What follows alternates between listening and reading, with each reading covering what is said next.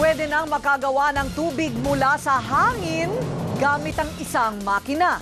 Solusyon umano ang bagong imbensyon sa kakulangan sa inuming tubig. Nagpapatrol si Ces Orenia Drilon. Wala na naman tubig. Sakit ng ulo sa panahon ngayon ang kakulangan sa inuming tubig at tambak na plastik ng mga bote sa kapaligiran na sanhi ng baha.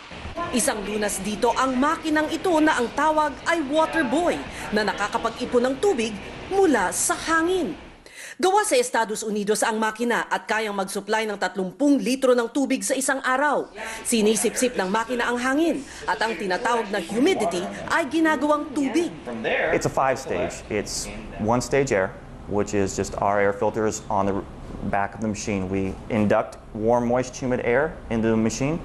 It hits our cool coils and essentially forms a dew point, like in the atmosphere. It rains. From that point, we get into our water stage filtration process. First stage. So it's raining in the machine. Yeah. Dumadaan sa 4 na filter sa loob para linisin ang tubig. Kahit magaanong kadumi ang hangin, ay ligtas ito sa kemikal at mikrobyo. Can you imagine? Hangin lang to dati. Ngayon tubig na. Cheers!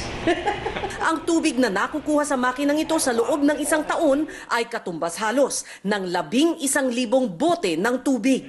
Solusyon din ito sa kakulangan sa supply ng tubig sa panahon ng kalamidad. Maaring magdisenyo ang kumpanya ng mas malaking makina para sa malalaking komunidad. If, God forbid, you do have a calamity and you can't go get water, if you've got power to your home, you've got water. You've got the cleanest water on the planet right at your arm's reach. Malaking tulong din ito para makaiwas sa paggamit ng plastik na makakadagdag sa pangangalaga ng kalikasan. Ces Orenia Drilon, Patrol ng Pilipino.